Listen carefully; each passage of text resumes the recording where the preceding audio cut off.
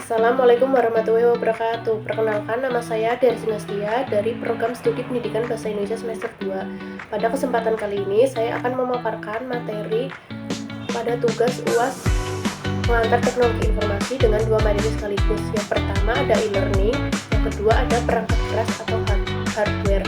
Berikut pemaparannya.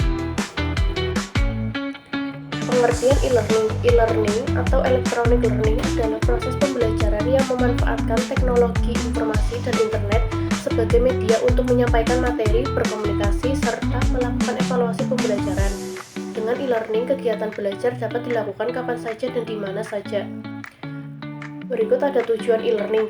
Yang pertama ada mempermudah proses belajar mengajar, yang kedua memberikan akses belajar yang fleksibel, yang ketiga meningkatkan efektivitas dan efisiensi pembelajaran, dan yang keempat ada mendukung pembelajaran mandiri.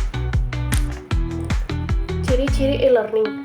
Yang pertama menggunakan perangkat elektronik seperti HP, laptop, dan komputer. Yang kedua memanfaatkan jaringan internet.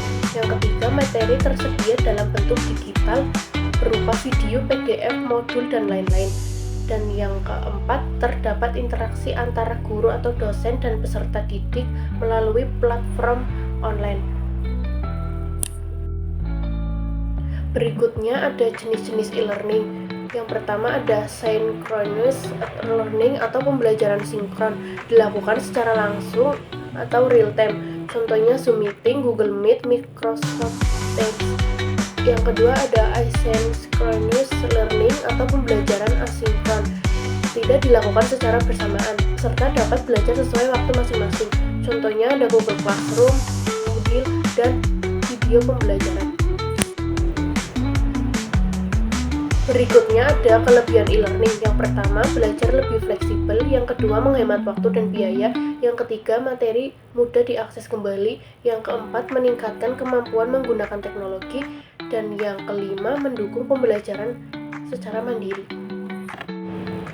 Berikutnya ada kekurangan e-learning. Yang pertama, bergantung pada koneksi internet. Yang kedua, membutuhkan perangkat yang memadai. Yang ketiga, interaksi tatap muka berkurang.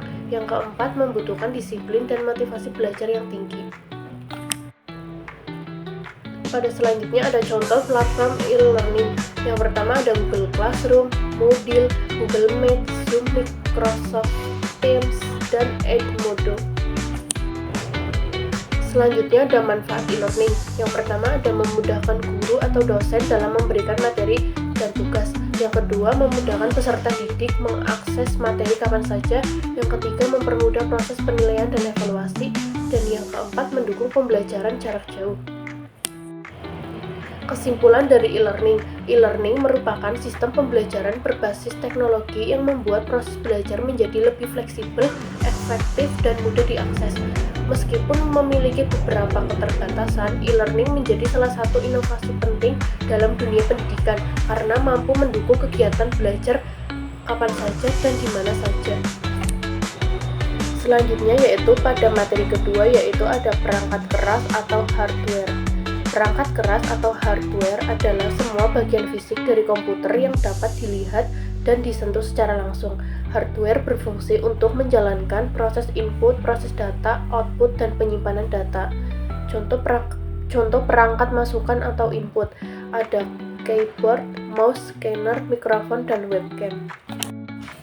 Selanjutnya ada contoh perangkat keluaran atau output. Yang pertama ada monitor, printer, speaker, proyektor. Selanjutnya ada jenis penyimpanan di perangkat keras. Yang pertama ada internal, berada di dalam komputer, sedangkan eksternal dapat dipindahkan. Fungsi perangkat keras yang pertama untuk menerima data atau input, mengolah data, menampilkan hasil, dan menyimpan data. Lebih singkatnya, perangkat keras yaitu bagian penting komputer yang bekerja bersama perangkat lunak atau software. Tanpa hardware, komputer tidak dapat digunakan untuk menjalankan aktivitas. Contoh kasusnya yaitu komputer tidak mau menyala, analisisnya. Mungkin kabel power tidak terpasang, tombol power bermasalah, listrik tidak mengalir, dan power supply rusak.